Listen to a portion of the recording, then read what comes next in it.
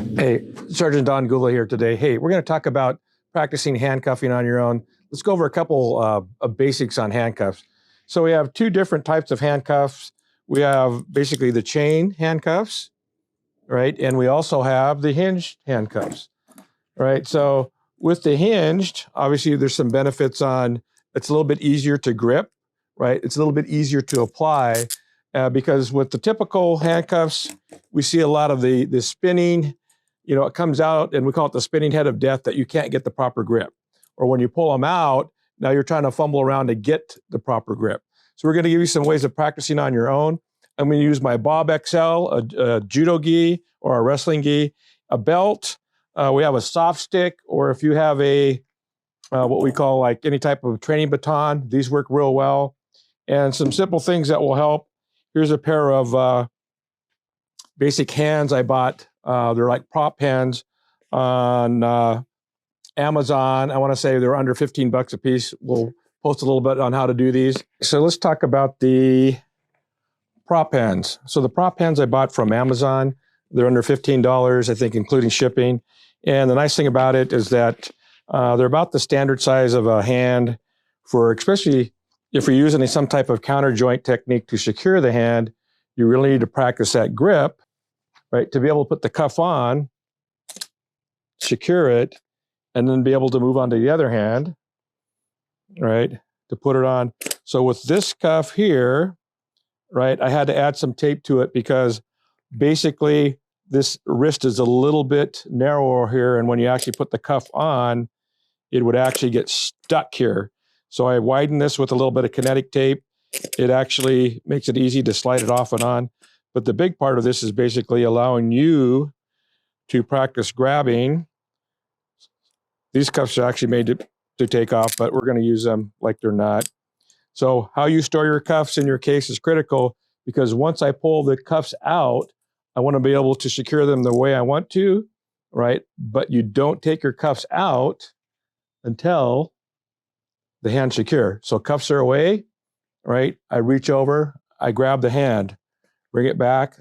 I'm controlling the other hand on the suspect, right? Whether you have them put the hand on the back of the head, palms back towards you so you can see them, spread the feet apart, toes out, control them a little bit as far as their mobility, but we know until we have a good control hold, it's almost impossible to control them completely. So now I'm grabbing the hand, right? I go to a straight wrist twist, right? Bring my cuff out now, right? Secure the bottom cuff first, put that on, secure it, right? So when this hand comes back, I'm actually calling it back. I'm going to grab over the thumb and the hand. If I grab like a handshake type thing, they can grab me with their thumb. Once I trap the thumb, it doesn't give them a chance to re-grab. So this allows me to, now I put the one cup on here, I call the other hand back. I grab over the top, bring it over, put the cup on. So I've got a chance to practice this, slide these off, and I'm ready to go again. All right, so let's go to a pair of chain cuffs. So when you are basically setting your cuffs up, you want to make sure that they're set in a position for carry, that once I bring them out, I don't want the ratchet hanging out completely because there's too much to go through before putting it on. So usually going to about flush, 2 clicks, right? Flush, 2 clicks, right? Ready to go. So when I pull these out of the case, all right, I want to be able to pull these out. So if I'm covering on my right side with them, when I pull them out, they need to be able to drop into the position where I can grab into the proper first cuff position. So in this case, I would store them like this on my right side. I'd probably store them like this on my left side. Hand back, rotate the palm around, grab to a straight wrist twist, right? Pull the cuff out of my case. If it ends up in the wrong position, so if it's facing the wrong way, I'm gonna have to manipulate it with my hand, re-grab here, straight wrist twist, put it on, secure it. Call the other hand back. When I call it back, bring it over. Now, here's the deal. When you pull the hand, if I bend it here, it's very hard to put the cuff on across. In this case, I'm going to actually just pull it straight and then put the cuff on here. All right, let's try it again. And we're going to have the camera facing down so you can see a little bit better when I'm pulling them out. right, laying them over your hand, right, to make sure that these cuffs here, and also remember, set them flush, 2 clicks, right, 2 clicks, right, so that first one when you're putting it on, right, this gives you a little bit better view here. When you put it on, that one comes on first, right, and then second one comes on here, all right. So setting your cuffs, right, before you do them, bring it flush, 2 clicks, flush, 2 clicks, right? So you should be able to put them, let them go around, all right? So like that. When you pull them out, drop them, lay them over your hand, right? If you can get 2 fingers between them here, that's a perfect grip, right? It gives you a chance, right?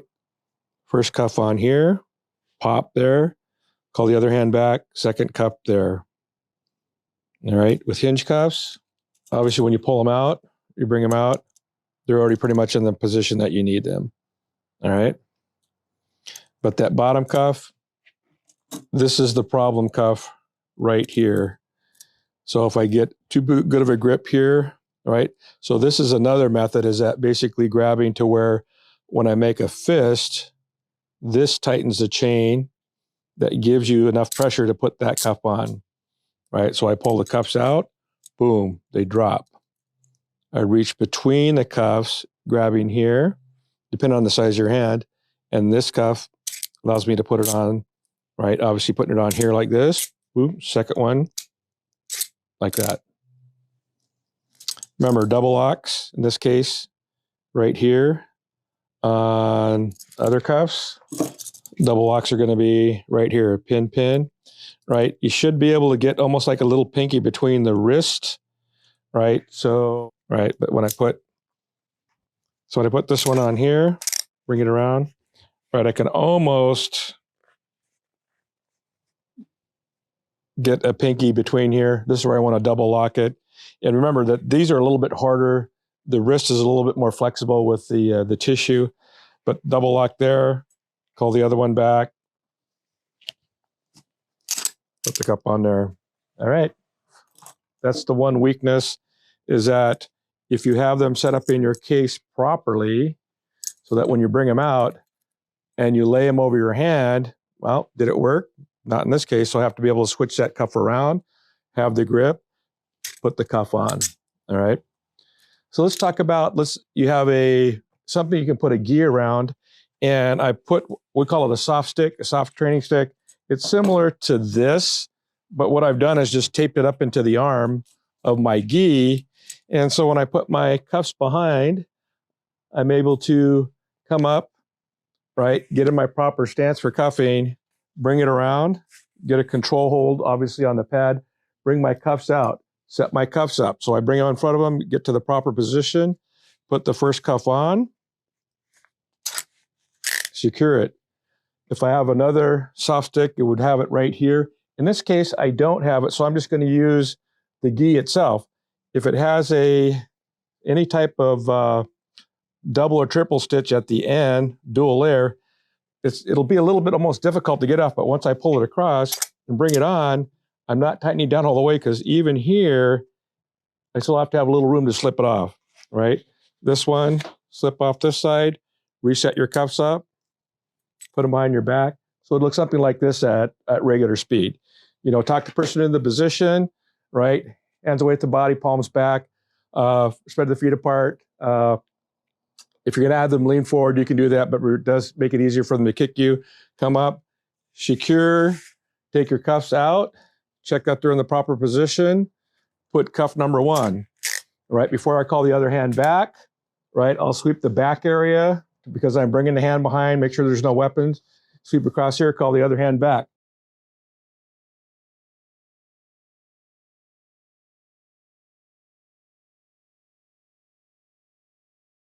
Pull it over, put the cup on, take it to where it's tight enough, and I'm going to double lock here.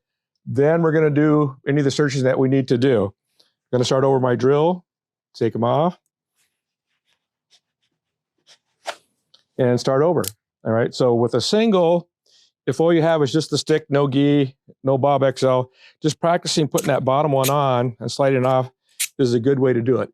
If you have a training partner, a good way to do it is just to have, especially if you have two of these, is have them stick one under each arm, and you're just going to cuff each one.